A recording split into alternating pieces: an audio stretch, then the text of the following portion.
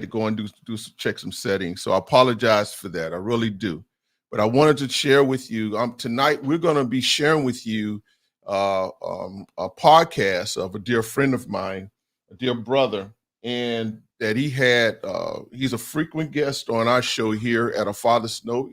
Many of you know him, I was aware of him. His name is Gibbons, and he has a podcast that the Lord has blessed him with that is entitled Real Talk Podcast. And I wanted to share it because he had two young men on his channel, on his show last week. And their conversation I thought was very, very good. What it was about.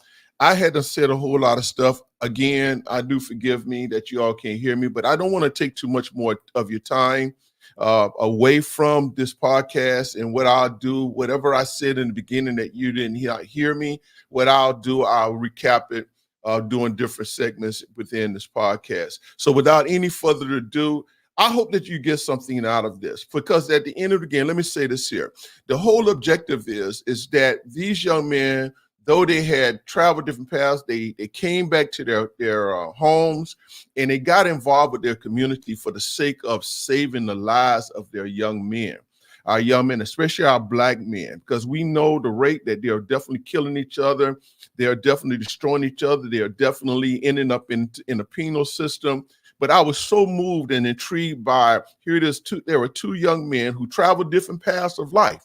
But nevertheless, so they thought it not robbery to come back to their community and to sow and to do something about what was going on in the community. And I thought that was awesome. But I don't talk enough here. But let me play this here. I'm going to start this off, and then listen, I'm going to be coming back in between different segments and just communicating, probably doing some recap on the on what they discuss in each segment. Okay. So without any further ado, I want to introduce to you Real Talk Podcast.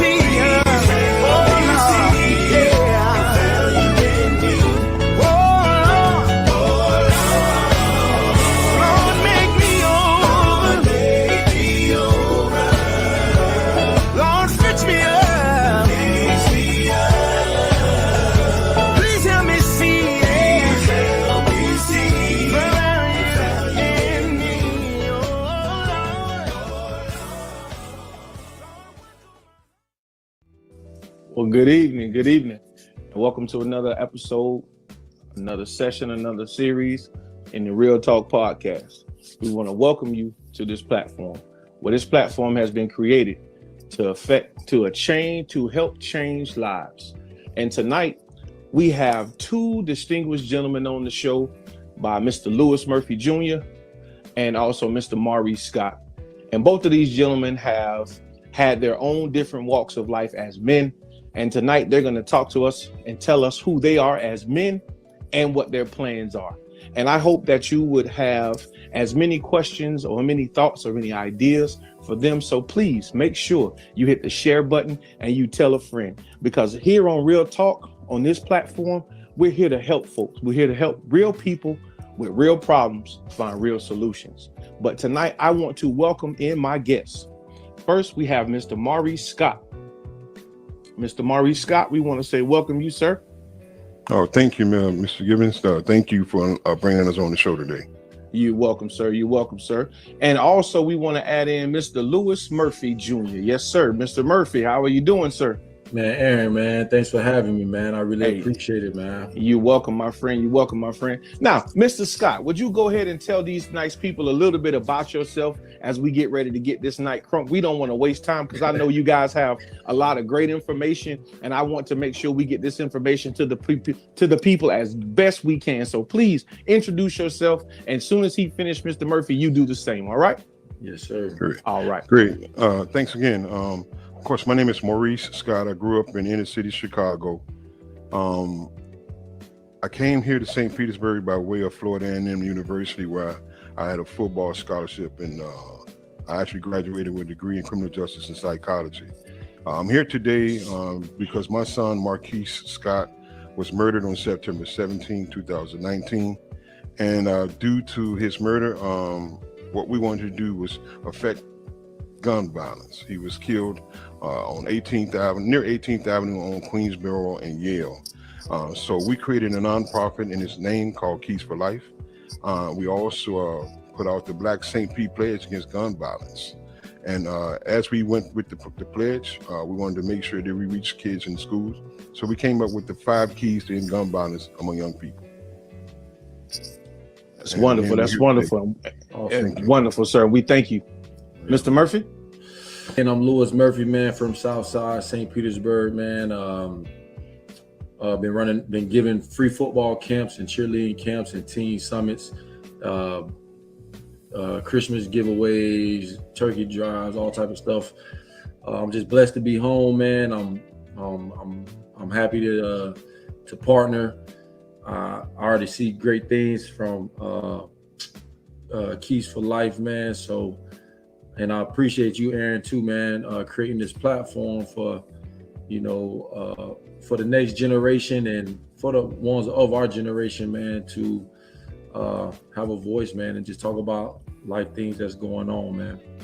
Facts, man. Facts, man. Well, I want to personally tell you both here at Real Talk, man, we appreciate the work that you both are doing.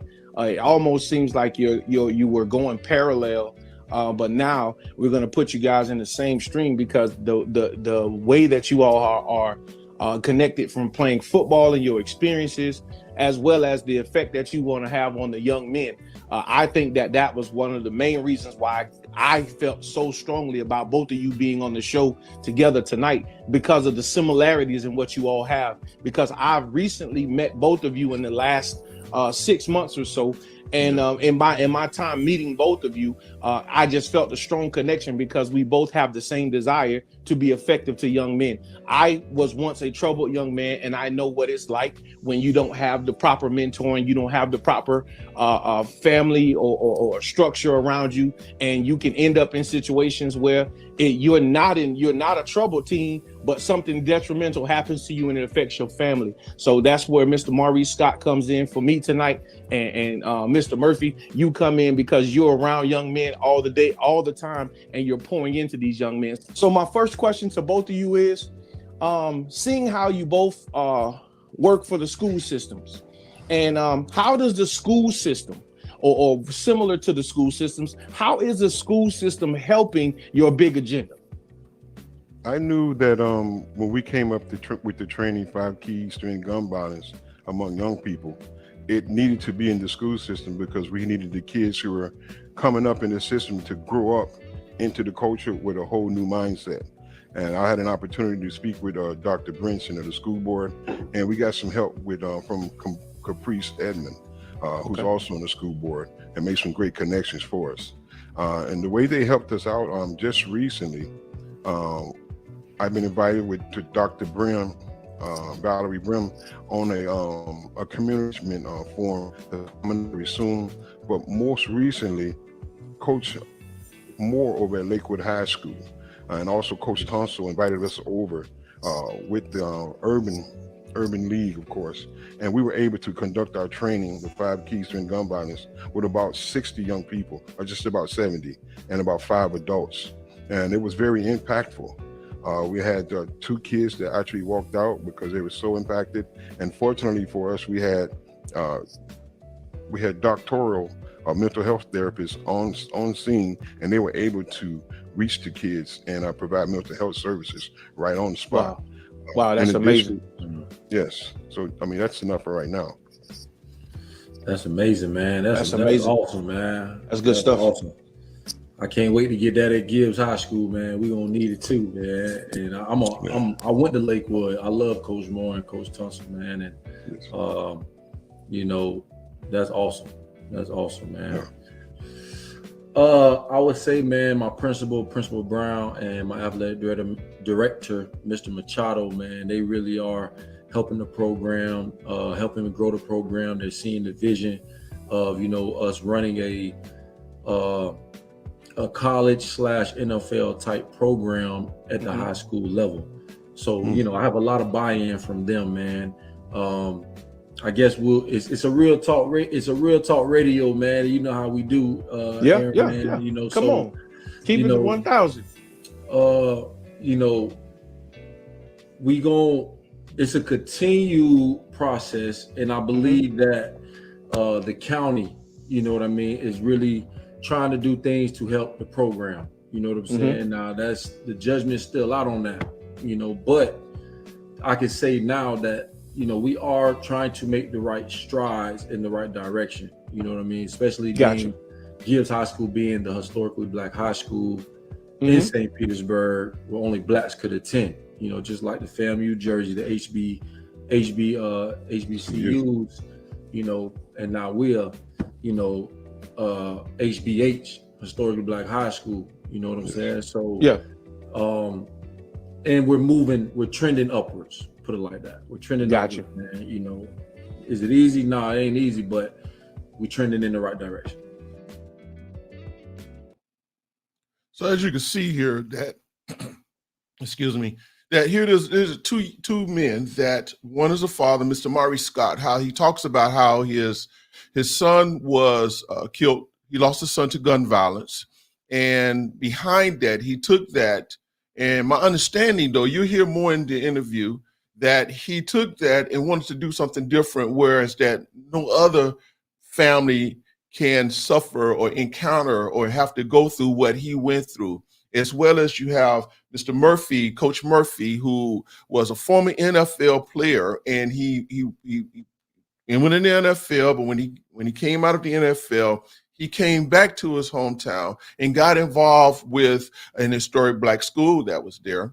I don't want to tell it all, but I'm telling you, this interview was so amazing. I was so moved by it. And I just believe that it has so much information for all of us, where it's that we can make a difference in our communities. Okay, now I know this is different. This is a different platform that's different than what I've been doing in the past. But you know what? We need to be here. I'm all about supporting others, especially if you're striving to do something that is going to make a difference in our community, especially that's going to make a difference in the lives of our young men. I am all for that. But I don't want to keep talking more, because I definitely want to get through this entire interview. So without that, we're going to just play some more for you. Okay, let's go into the next segment. All right. Take a listen. Don't go anywhere, because I'm telling you, this conversation gets very, very interesting. I got you. Well, that leads into my next question. What are some strategies that you both have used to reach these young men? Because my understanding is sometimes these young men are all coming from different facets, different walks of life, different home upbringings. You know, it can't all be simple. Just get them in a room and get everybody to buy in. So what are some strategies that you guys are using to reach these young men when you have them in your classrooms or in your locker rooms or when you're doing a meeting, Mr. Scott? Oh man, Aaron, that's a great question. Now, one of the things I do draw on is, you know, I grew up in Chicago, so I've had people put guns at me or shoot at me, maybe about 16 different people on various occasions. I grew up in the gang culture, and my mom lived with schizophrenia. So when it comes to living in a household that was poor, going to school with that free breakfast and lunch, and being in the streets, I'm able to go out directly to the streets with my pledge, meet the guys right in the hood, right where they at. And they're not receptive to everybody. But once they push at me just a little bit and my mouth opens, they can tell what's real. See, one thing about these kids, they can tell if you don't care about them immediately. Right. They can tell if you're fake immediately. So when I go out into the streets and I talk to the people, it's amazing what happens when I'm out there. On one particular occasion, I had a reporter with me, and we went to a spot where they were hustling. And he was watching from afar. When he came over, eventually he was all over their shoulders, taking pictures. He said as he saw them read the pledge, he saw their whole face countenance change. And as their countenance changed, the atmosphere around the spot, and someone was coming up to buy drugs during this particular time. He said he saw the whole atmosphere change, and he felt invited to come on over and get involved. So what we primarily do is we meet them on the level. And I'll share this very quickly. Not everybody wants to sign the pledge. Our goal is not to make them all sign the pledge. Our goal is to have that conversation, to plant the seed of personal accountability. Come on. For the safety of our neighborhoods and the hearts and minds of each one of them. And for the guys who are really hustling and they so caught up, I have what I call a community safety tips. Some tips that we use to stay alive in Chicago. You know, not having your back to the street, not sitting in the parked car drunk, not drinking, being out after late 10, 12, 11 o'clock at night, walking through alleys or doing anything that puts you in harm's way. So I provide them with information to help them stay alive, because I want them to be alive to make their decision when they want that hot dog stand, or when they want to go to their auntie house out of town to change their life, or when they want to go back to school. I want them to be alive to do that. So I particularly tell them, hey, I just got some information to share. I'm just like you, and it's to help save your life. I'm not here to tell you what to do with your life or what you're doing is wrong, but I just want to share information that just might save your life. Man, I love it, man. I love it. Wow. Yeah, man. That's awesome, man. Yeah, I guess there's some that kind of the same thing. But you know, if we draw the kids in through football. You know, that, you know, I'm a head high school football coach, man. You get kids that come up that want to play football and save my life. Yeah, save my life. You know what I mean? And I'm definitely had an impact on me as well. Yeah. So you know, for me, man, I'm coming into a program that I haven't won a game in like 2 years, 0-20 program. You know, all black high school, predominantly black high school. And a lot of the kids just lost hope. You know, football, you know, when the football program doing good, the whole school doing good. You know, right. The money flows through the, you know, football ticket sales could pay for the volleyball team jerseys. You know what I mean? Everything comes through the football program, man, especially in the black culture. You know what I mean? So them having that loser culture for so long, you know, and having win, you know, I don't think they said they did a stat. One of the kids did a stat. They hadn't won a game in like 17 years. Had won more than like 5 or 6 games. You know, so with that coming into that environment, it was like, okay, how do I change their mindset? You know, how do I make sure that they understand that you are young kings and queens, that you can be whatever you want to be, that you can go to college, that you can go to the NFL, you know, and like Mr. Scott said, some of them gonna be receptive to it, some of them not, you know, and then like for me, I gotta set the discipline, you know what I'm saying, because it starts at the top, you know what I'm saying. So I gotta, I'm a disciplined coach, you know, that's how I was raised. My father's a Marine, you know, so I was raised in that type of structure. All my coaches, and I love all of them, man, but it was always a respect factor. You know, so we won't do all that back talking and allowing all that. We won't do that. You know, we hold ourselves accountable. You know, and I change it and making that, you know, understand that really our motto this year is just championship mindset. You know, you change your mind, you change everything. You know, you can visualize, you could create whatever you want through your mind. You know, I visualize, you know, as a kid, you know, visualizing going to the NFL, not knowing that I was doing it. You know, so you know, that's how I grabbed their attention, man. And for the most part, man, a lot of them have bought in. They are buying in. You know what I mean? The first year we had, you know, we won 3 games, and then now this year we won 7 games, won a playoff game, and we moving in the right direction. But one thing that I have to say, it is a everyday contact every day, staying in touch with them, man, because so many people have walked out on their lives. So many people have, Yes. Told them they wasn't gonna be nothing. You know what I mean? And that was, and not to cut you off, Murph, but that was more of why my question was, because I was a troubled teen at one point. So I'm curious as to, and I'm in my 40s now, so I'm a little removed from some of the things that teenagers do, and I'm not too removed because my daughter goes to Gibbs and she has some trouble issues dealing with the school. So the fight's been crazy with the girls, man. It's been in the last 2 weeks. Listen, the one today was my daughter. So listen, we'll talk about that. We'll talk about that later. We gotta have. We'll chop it up. We'll chop it up about that later. But just being honest and open and transparent. Like the strategy to reach them when it's like as a father, and I know this kind of goes a little left because we're not just talking about the boys anymore, because how do we get them to not resolve everything with violence when violence is everything that they see resolved, from the video games to the TV shows to the videos, you know what I'm saying? Social media is loaded with violence. And I mean, don't get me wrong.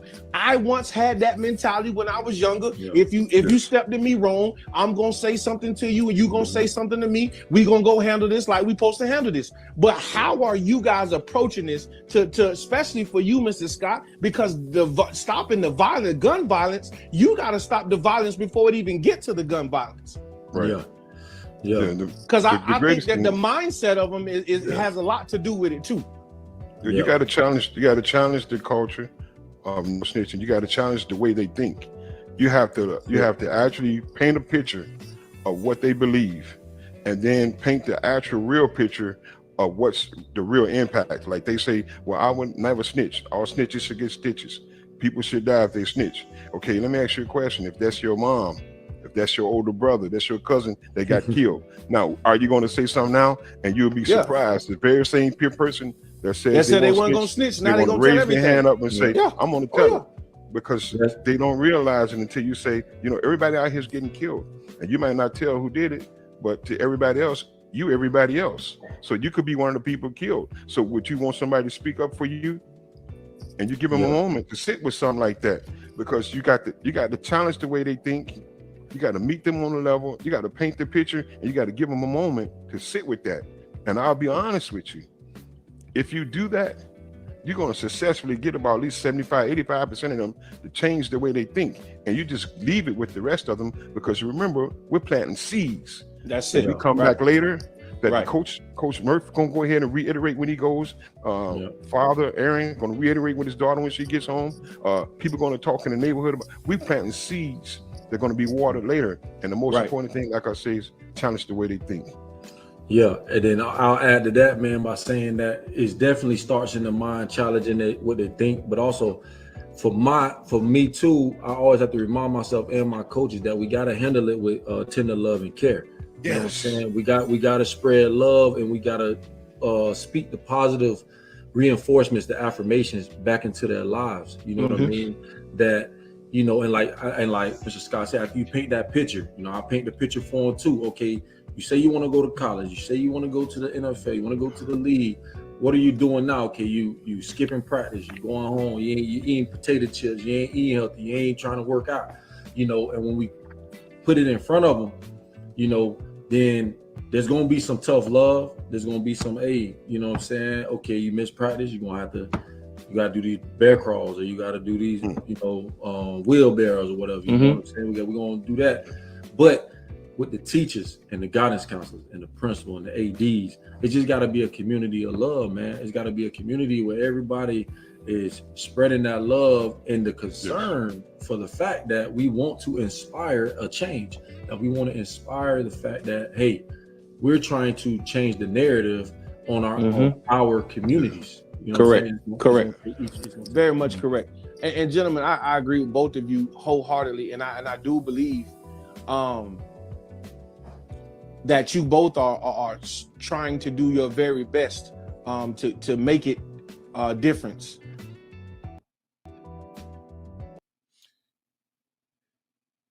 I hope that you all heard what they were saying here. They got involved And, you know, they said a lot of things, great points. I hope that you heard them. And I'm absolutely certain that there was nothing that they said that you could say that you disagree with. Yes, we have a lot of our young people that are lost. They are hurting. Why? Because somebody gave up on them. Somebody don't believe in them. But one of the things that they kept pointing out, and even when our viewers had commented, I had put it up. I'm going to put it back up again. They said that they keep hearing the words mindset and accountability. Absolutely.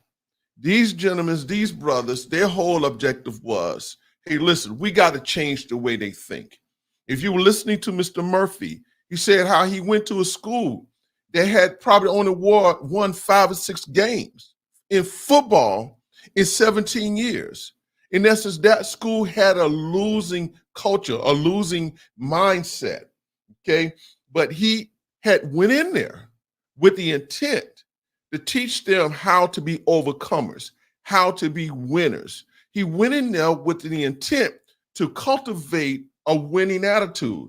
A championship mindset is one of the things that you heard him say.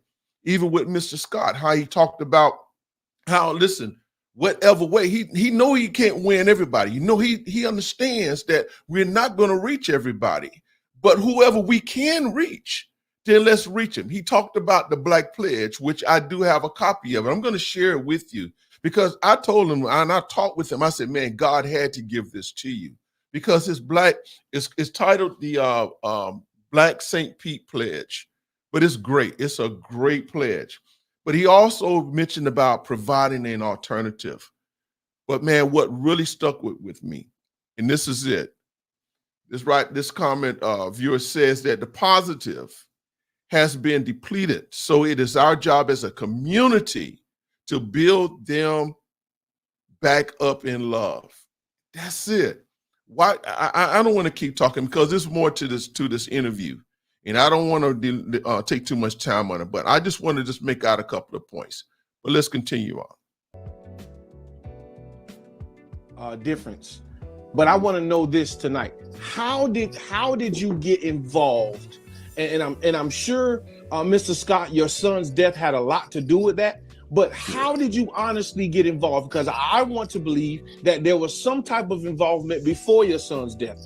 And Murph, I know you played football and you had success with that. But before football, how did you really get involved with where your mindset is now? What triggered you to want to give back like you were giving back? What triggered you to want to say, you know what, I'm going to take this stand and be this difference maker. I'm going to be a change in the way the current is flowing. Wow. Go ahead, Murph. I'll take it, man.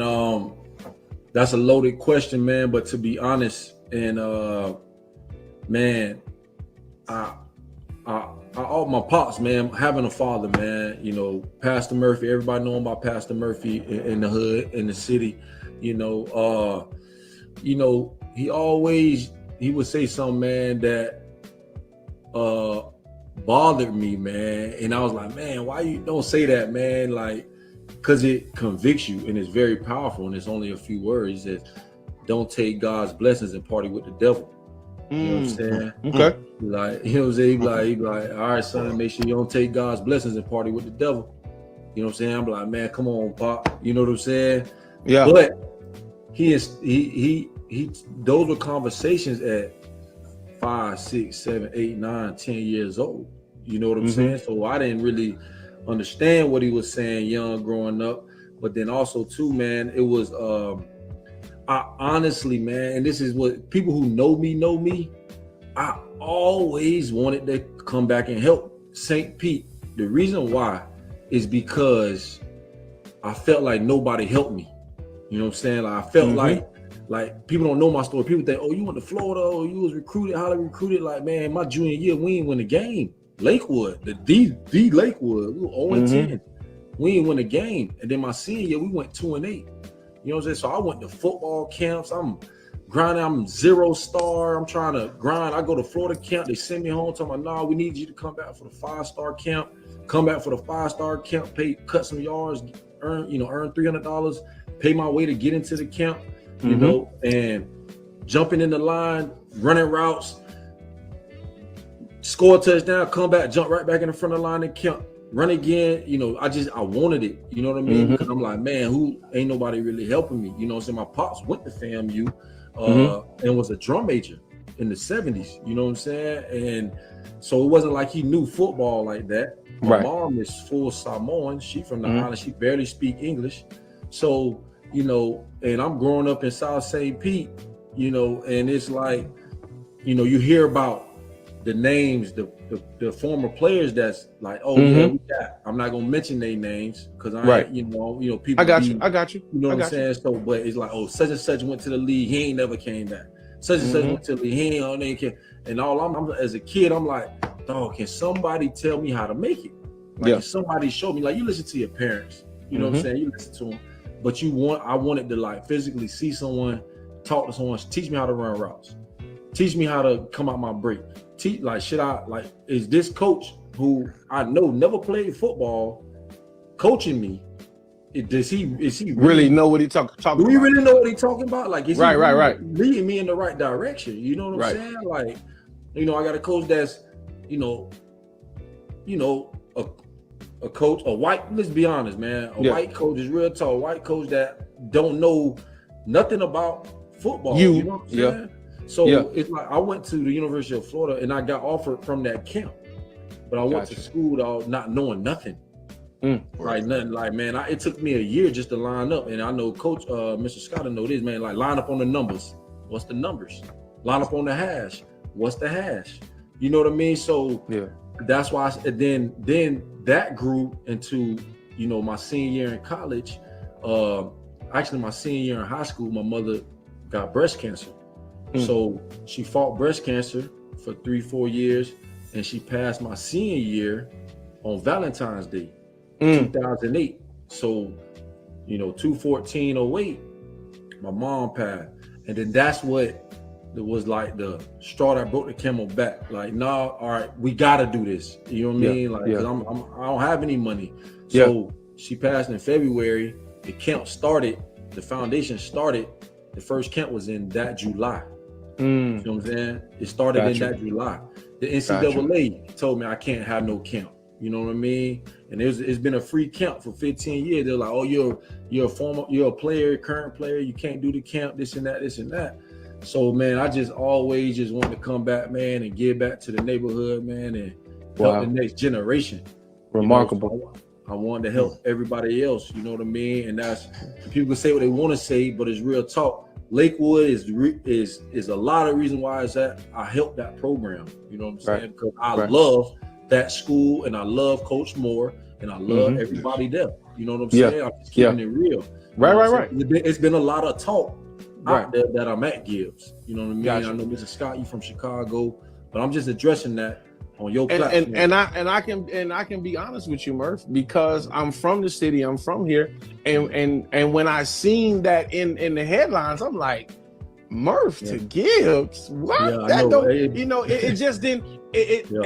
Honestly, it didn't make a lot of sense at first, but to be around you, to hear you, to talk with you, to have relationship and understand what you're doing. I understand it's not even about the fact of change. It's changing things, not necessarily, oh, I'm just all Lakewood, or I'm just all Florida. I'm just all Florida State. No, where can I go to channel in and make a difference? So what's the difference? Gibbs and Lakewood are 2 miles apart. So what's the difference between that kid that's 2 miles apart from a kid that lived 2 miles down the road? You know what I'm saying? Like, that's like the mindset. Like, I done been around all around the world, man. I done been around it's like you want to defend this block who is not owned by none of y'all people. You know what I'm saying? And it's like y'all literally, it's like, and like when I say I've been to Chicago, I done been in Oakland, I done been in San Francisco, I done been in Jersey, New York, you know, Atlanta, Louisiana, you know what I mean? And St. Pete really soft. Like, to be honest, it ain't really like that. It ain't Chicago. You know what I mean? We get it murder. You know, I hate this, you know, God bless, rest in peace, you know, peace. But I ain't downplaying it at all.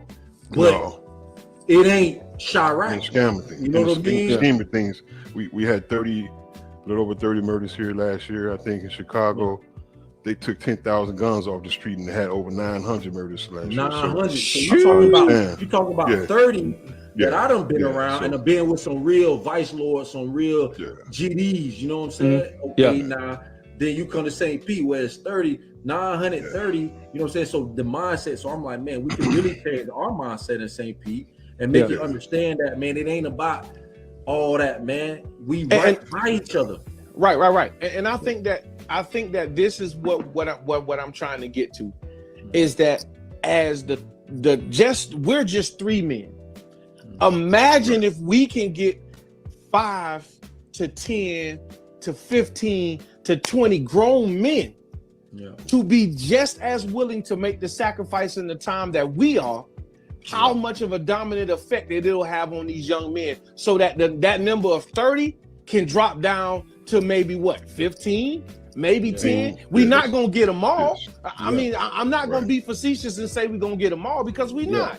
You know what I'm saying? But the reality, but we can make an impact, and I'm telling you, that's my agenda. Is from the rest of the days that I live, I want to make an impact some kind of way. I know a lot of people like, oh, this is a pastor. Why he on the podcast? Why this?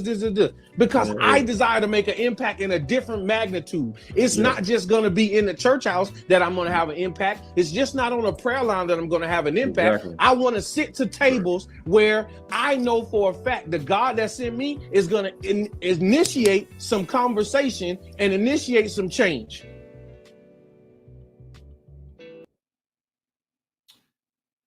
Man, are you all enjoying this? If you all are enjoying this, let me know. Put it in the chat.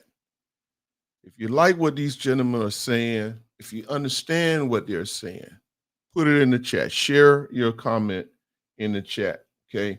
Again, I there is so much I can say on this, just to highlight some things.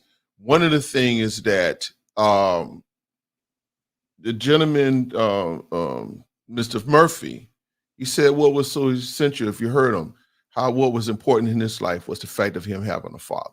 Okay. And here it is, you see two young men, they travel different paths. Mr. Murphy had a father. He never experienced, as far as I know, drugs, anything like that. But yet Mr. Scott did not have a father. But look what he as you heard in his testimony, what he had went through. I'm going to have Mr. Scott on A Father's Note by himself. We had already talked about it. He has accepted my invitation to be a guest. This brother is saying some good stuff. I love what they're doing here. Let me see. The other point that I heard there is that, look, a lot of these young men, they're looking for help. They need somebody to help them. Just as Mr. Murphy said, you know, he was looking for someone to help him pursue football, especially after losing his mother to cancer. He needed help. His father sure did the best he could, but he needed somebody to show him the game, show him the ropes. But it's not about football. It's just the fact that somebody being available to help another young man. And this is what we need to get to. Those who have already traveled that road, we need to go back. We need to get involved in our communities and reach these young men. Just because they're hanging out on the street corners or whatever, they don't need to hear no more beef. They don't, it's coming from us. No, they need to know that you absolutely care. And I love the fact that how Mr. Aaron said, man, if you get 20, 30 men, you know, together and get them involved in the community, the impact, instead of having 30 young men lose their lives to violence, maybe you can cut it down to 15, maybe 5. You know, it's always possible. And I'm going back to the Dads on Duty video that took place, that Dads on Duty group that is operating in Louisiana, the difference that they made in the school there in Louisiana. But nevertheless, let me get back to the rest of this podcast. I hope you enjoyed it. Please let us know in the comments. I thank you all so much for your comments, and those who are watching. It's still gonna get gooder and gooder. All right. I love this here, but let me let this go ahead on. And initiate some change. Exactly. And I don't and keep in mind agree. this. Oh, go ahead, Mr. Scott. Well, Yeah, I keep hold in on, Mr. mind Scott. this. Let me hold on. Mr. Scott, let me. Go ahead, I don't mean to brother. interrupt. I don't want to interrupt, but that's the thing too. I just No, want to, we and can. I've had you people who know me, man. Aaron, I guess your podcast bringing this side out of me, man, because I actually could feel like I could talk on here. You know what I'm saying? Right. 'Cause I done been in front of a lot of cameras, you know. Mhm. But you know, back to the impact and the changing and the 5 men, the 10 men, the 15, the 30. You know what I'm saying? Yeah. Man, Yeah. Coach Moore, man, has been doing a great job at Lakewood. Now Yeah, you an see awesome job. now that's like saying awesome job, man. That's like saying, okay, but the story in the Bible when you had when the man asked Jesus, what's doing it, like taking care of your neighbor, what's doing it the right way. Then the three,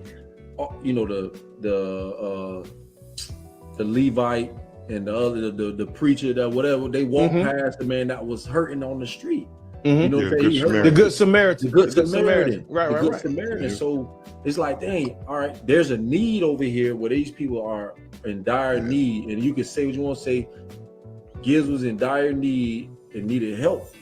So why not go that way? And I'm not gonna touch that no more unless it come up in another way. But that's the real reason why I made that choice. You know what I mean? But then also, and I'm sorry, Mr. Scott. No, you good, brother. When the Oakland Raiders traded me from California, soon as I cleared out my last box, 3 years, leading receiver for 3 years, 3 seasons, no one receiver on the team. I'm cleaning out the last box, bought me a house, everything. I'm at the facility working out. They left me a voicemail saying that they're trading me to the Carolina Panthers. So I got my first from a previous relationship. We just found out she's pregnant. We just put the house together. We got to pack everything up and move to Carolina. So my loyalty to, like, I understand high school and all that, but it ain't. It's big. It's a bigger picture. Right. It's that a bigger picture. Business understand that it's bigger than a St. Pete small mine, Lakewood or Gibbs or Bogus or Northeast. You know what I'm saying? It's bigger than that, man. It's about all the schools being great. It's about everybody going to college. It's about everybody getting money. It's about all that. You know what I mean? It's about let me say wealth. this. It's about the whole thing. Absolutely. Let me say this, Murph. I was asked to be on a panel with the lady whose son was involved with my son's murder.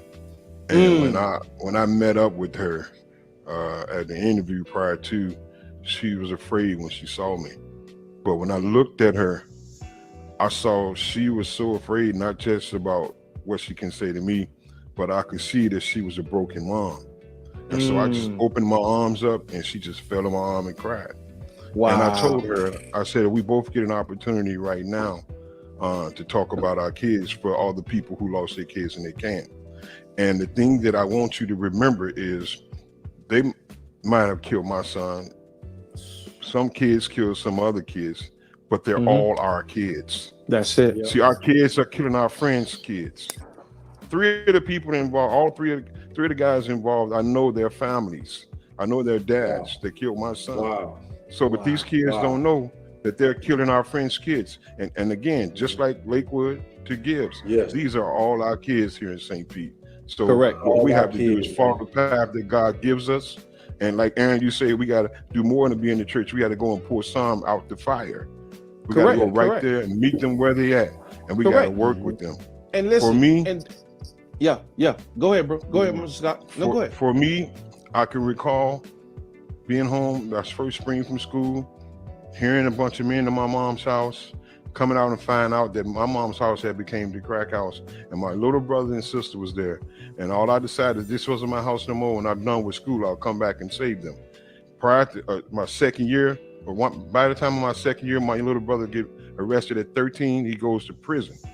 He calls me from prison on New Year's Day, and he's drunk, and I don't even drink. So I say to myself, I need to change that criminal justice system. because if he could be getting drunk, ain't no telling what else is happening to him in that place. And I realized, just like Murph said, there was nobody there. I felt like for me at different points in my life, although I look back, there was angels along the way. Yes. But I wanted to be the person that helped. And I remember St. Pete, Tallahassee did an article, Maurice Scott, FAMU Chicago Projects, from the projects to FAMU, Scott has a chance to go pro. I got contacted by Al Lawson. He was in politics, and he asked me to talk with the at-risk kids in the local middle school and take them on a tour across campus. And when I saw the way I could reach those kids, it was from that point, I said, I might not get to my little brother, but I can get to these kids. I knew this was what I wanted to do, was work with young boys. And of course, it did start with something else before my son. My son was the catalyst, but yes, it started some time ago. Now you said something, Mr. Scott, and I was debating all week long if I was going to even mention this, but because you said it, I have to. People that pull triggers or kill people, they're not thinking of the domino effect it's going to have on the lives that it leaves here. No. I lost my little brother in 2004, and when I tell you the domino effect that had on my entire family, and I seen at the funeral and the wake and the different things of that nature, that one 19-year-old young man packed the church out for his wake because everybody was affected by him being murdered. And then it had an impact on so many different lives because so many different people was like just saddened and just thrown off by the fact that it happened. Now here's my thing. No, we can't teach everybody that what decision you make will affect thousands. But I want to know from you guys, what can we do? And I'm talking about we as in people who will see this podcast later. You guys are definitely in the trenches every day with these young people. What can we actually formulate? What can we do that can actually touch the masses so that we can really be effective in the sense that we want to be effective? We don't want, and I'm saying this to girls and young guys, because I'm a father who's dealing with a phone call and a video message I got today of my daughter fighting at school. And I got livid because I'm like, why are you at school fighting? Daddy, it wasn't me. Daddy, it wasn't me. I don't care that it wasn't you. Could you have prevented this? Yeah, was my conversation. Right. You know what I mean? And listen, at once upon a time, I was all for it. Let's fight. Yes. But now we're mature. We know that all that has consequences and repercussions. So now we're preaching a different story, and it doesn't make us hypocritical. It just makes us smarter. It makes us wise. Makes us wise. That's it. I'll tell you, that's a great question. If I may go in, Murph. Please. No, go ahead. There's a component about my training, our training, and it talks about why do we remain silent. And it talks about the idea of no snitching culture, don't want to be called a snitch. And it highlights what we call a false sense of commitment. I want kids to know this, regardless of race, creed, profession, or if you live in our neighborhood or not. The moment that you murder somebody in our neighborhood, all bets are off. We're not required to protect anybody that's murdered somebody in our neighborhood. More importantly, if you're my friend and a girl looks at you funny from across the cafeteria, or a guy puts a note on Facebook that you don't like, and you think you might want to go hurt him and take his life, and you want me to go with him, then I have to consider if you're really my friend. Because what happens is when I go with you, I don't go with you alone. When that thing happens between two people in that cafeteria, when they get that look, it's not happening just between them. That Facebook quote, it's not happening between them. It's happening between them and everybody that's connected. So when I go with my friend, I'm taking my mom's hope with me. I'm taking the potential of my whole family being depressed. I'm taking the potential of my younger sister being scared to sleep for 6 to 7 months, like my daughter was in her own bedroom. I'm taking my dad's depression where he's screaming and crying every day. I'm taking all the hopes of my coaches, my teachers. And there was even one kid that sat in the class with my son. And he said, we weren't friends, but he was so funny in class. I came to class just because he was there. When I found out he lost, it infected me. They weren't even personal friends. So what happens is you get them to understand that if I'm your friend, then you want to do something like that, I encourage them to say, that's corny to think that I'm gonna protect you and not say something when you kill somebody or you try to take me and put my whole life in jeopardy. Because if you send me to prison for the rest of my life, you send my mama to prison for the rest of her life. You send my dad, you send my brothers and sisters, you ruin all the time my coaches spent with me. So I don't have the right to take them to prison with me. I don't have the right to take them to go and hurt somebody else or get myself killed because you might ruin my life. So in being your friend, I'm gonna say, I think it's best if you and I work this thing out, and if we can't, let's get somebody else involved. Let's get an adult involved. Let's get an uncle involved. Let's get the coach involved and see if we can resolve this issue. That's what real friends do.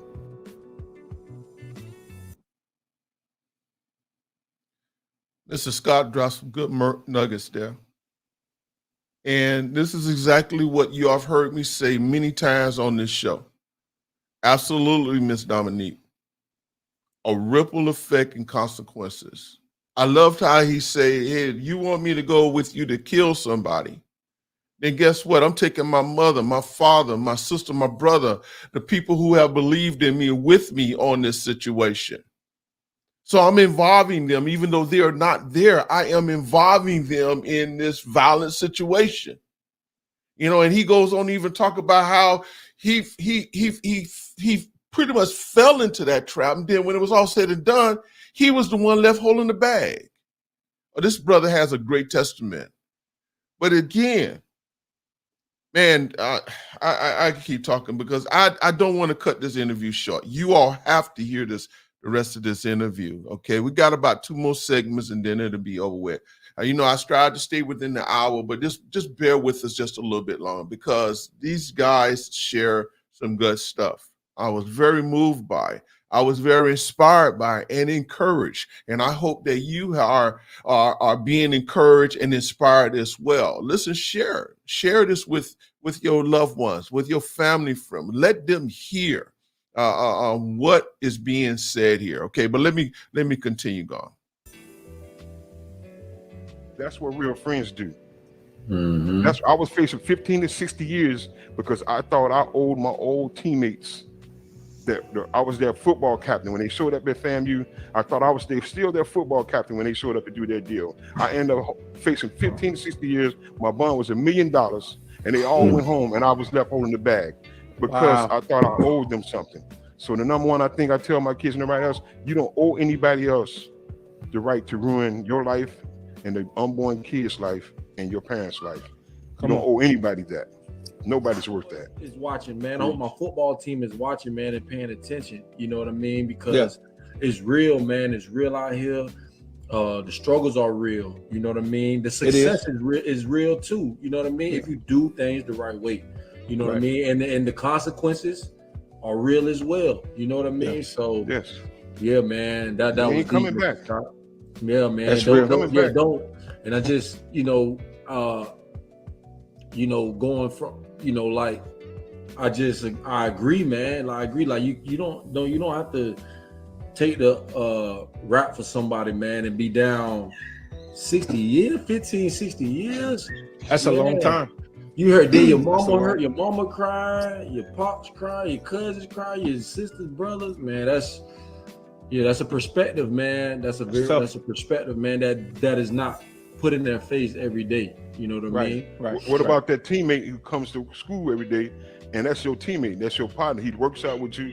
He's coming because he coming from that free breakfast, free lunch. He coming because you his dog, you his teammate, and he's trying to figure out life.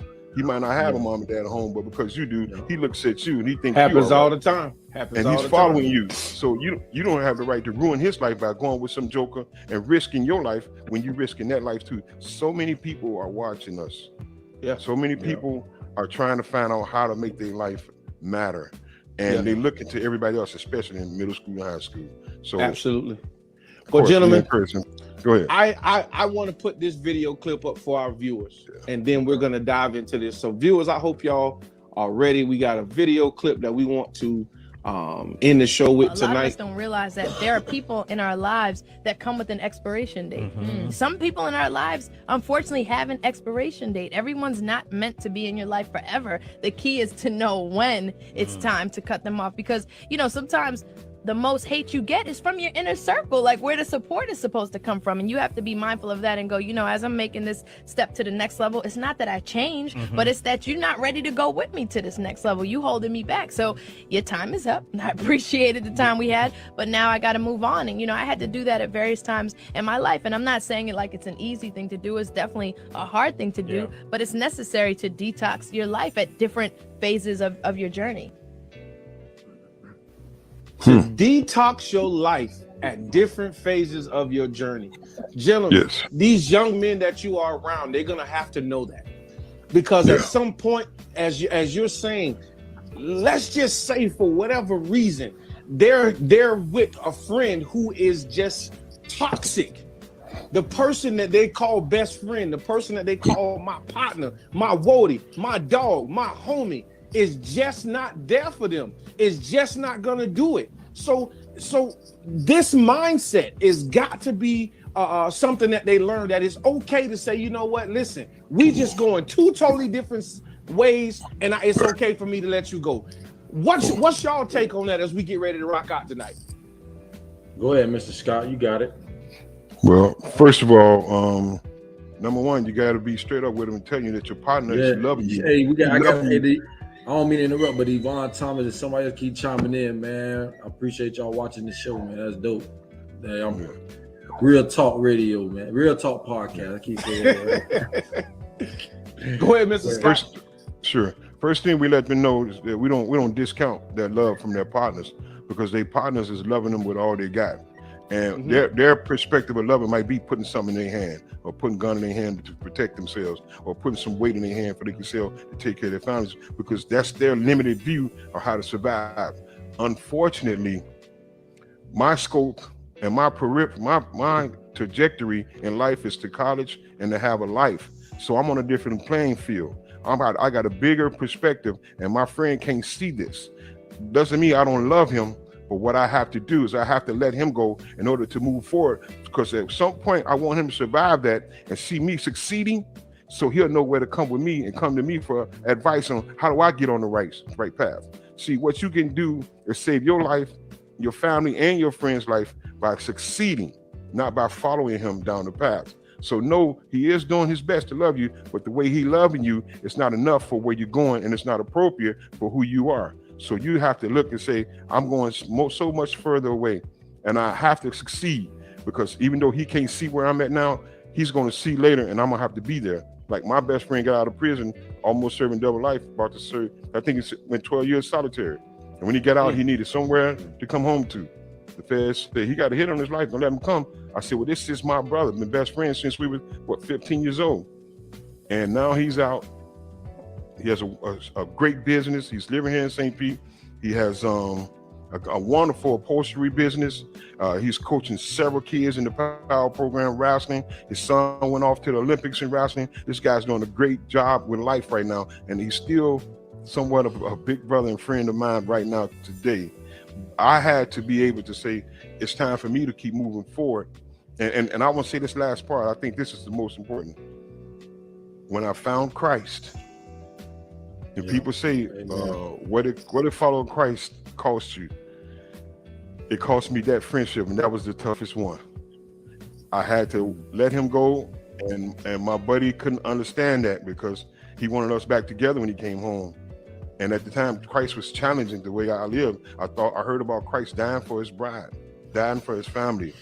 And I always consider myself a man to do things other men can do. But when I saw that was the most honorable.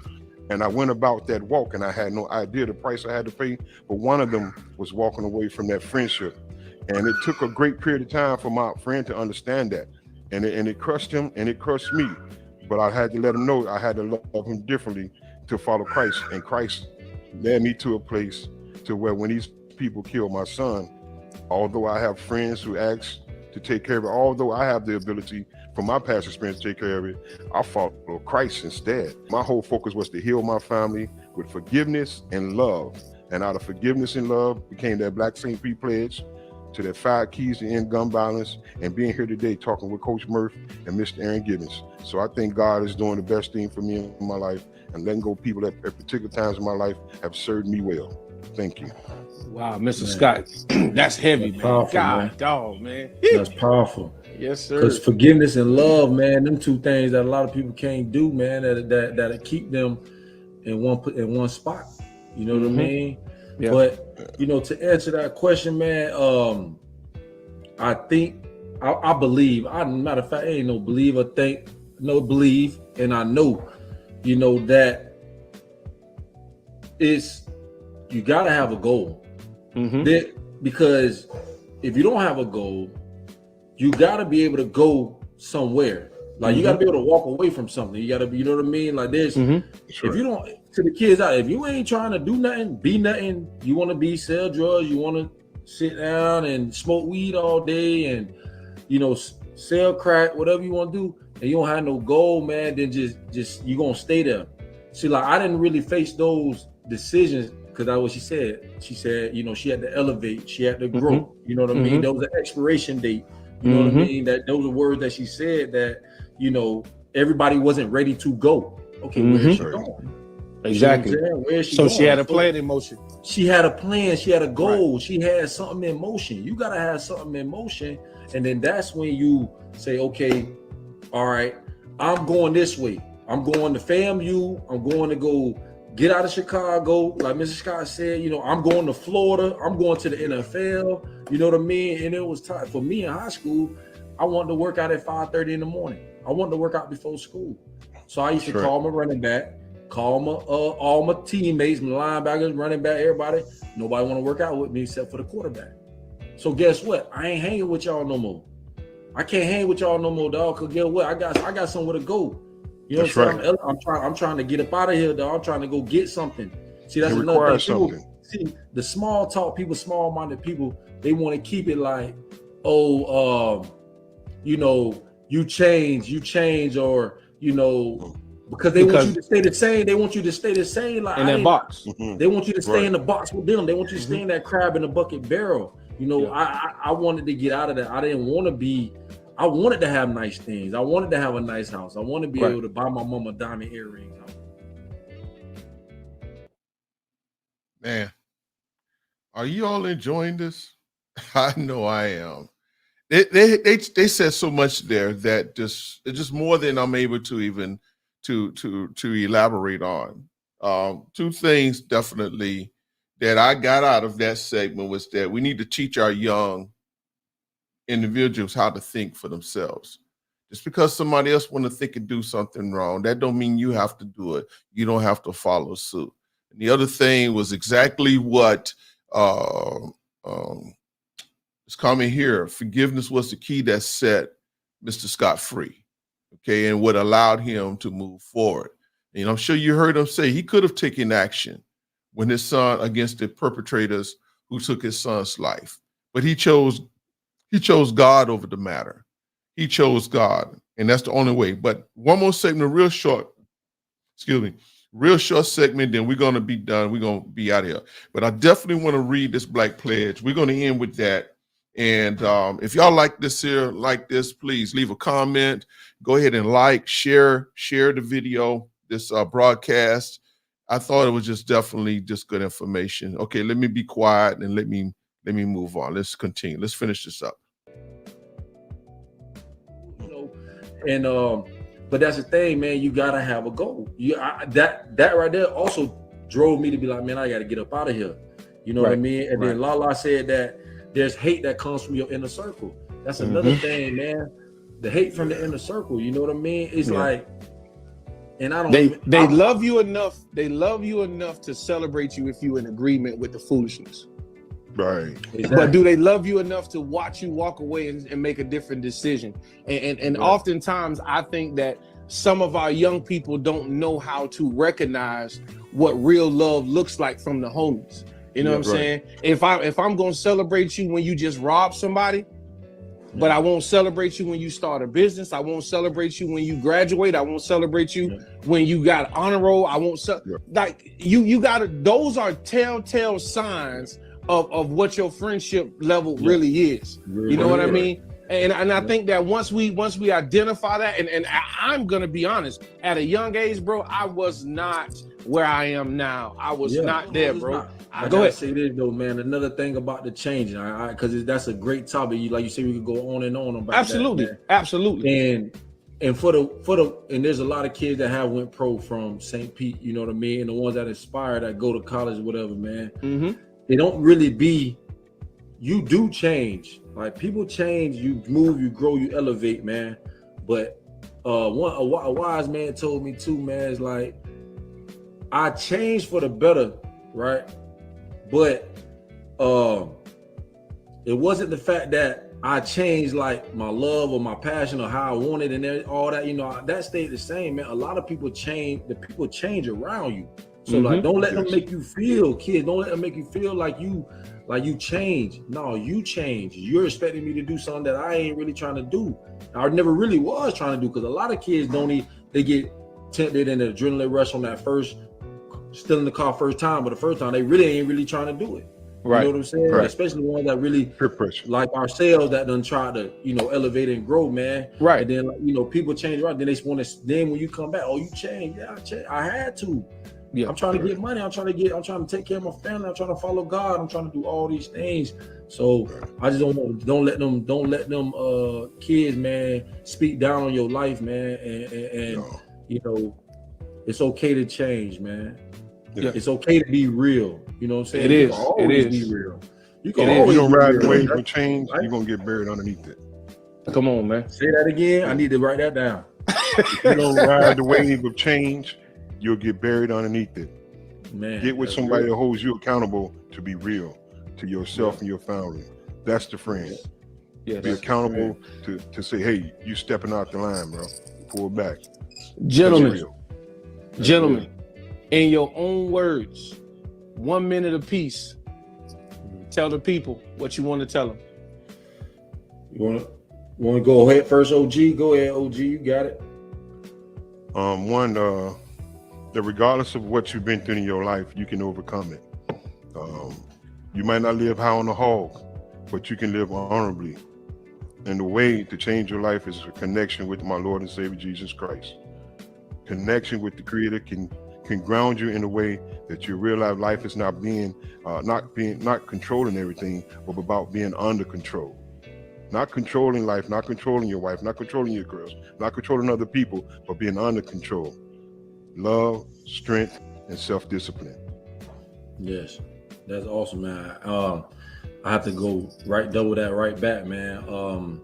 Wise words from a wise man, from my father. I've never seen a man go wrong choosing God.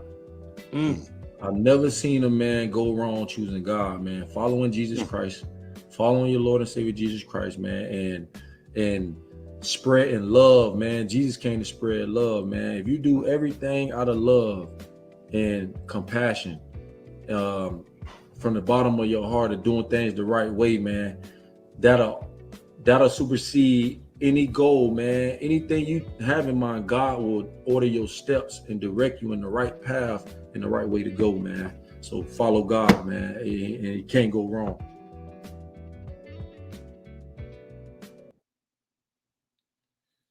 Man, I hope you all got something out of that. That was some deep, deep, deep stuff.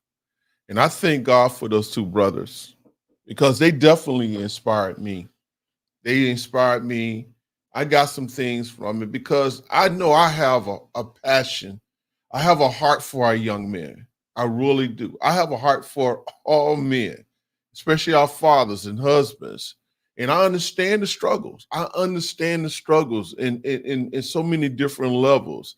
And this is why we do what we do here at A Father Snowden. And we're very, very, very serious about this, because if we was not serious, guess not, we will not be doing this here. I won't be wasting my time. I will not be wasting your time.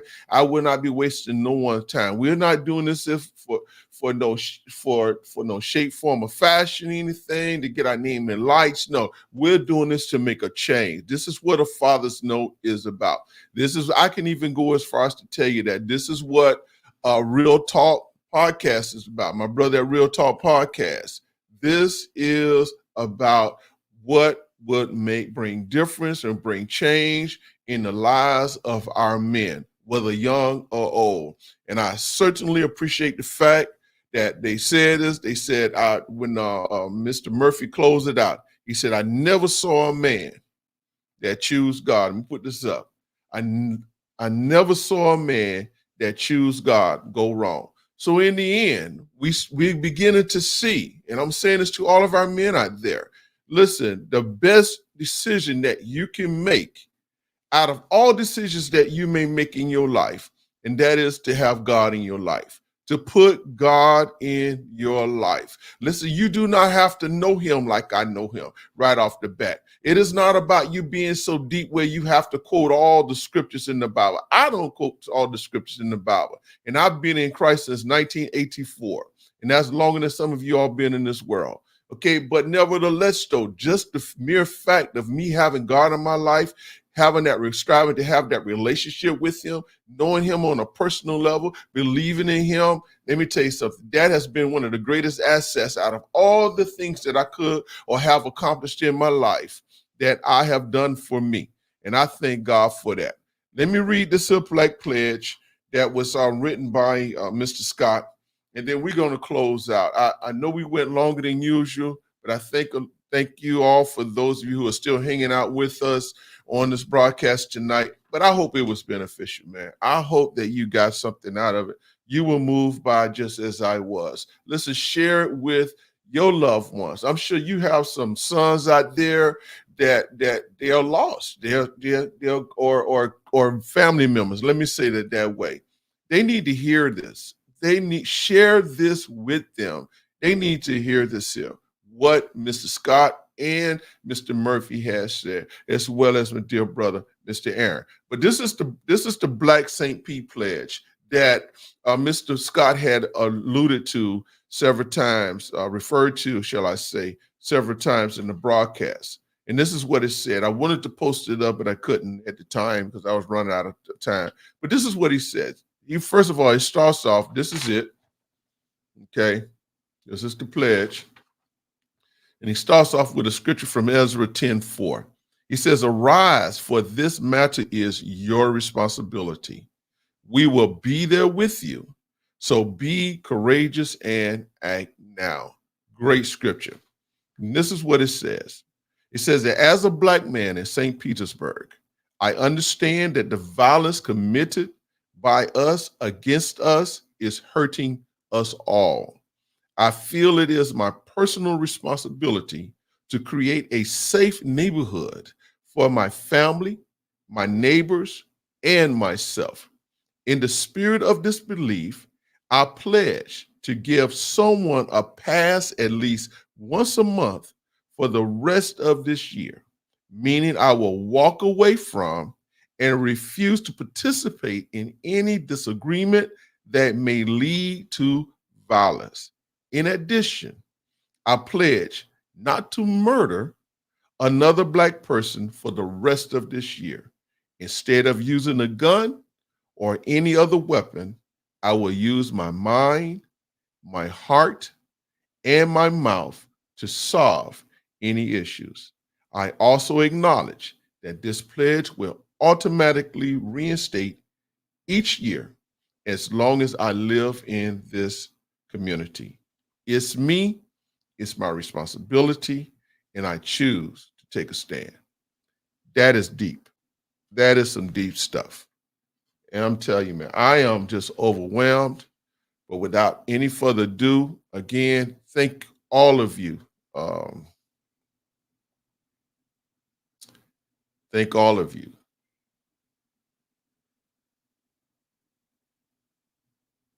Okay.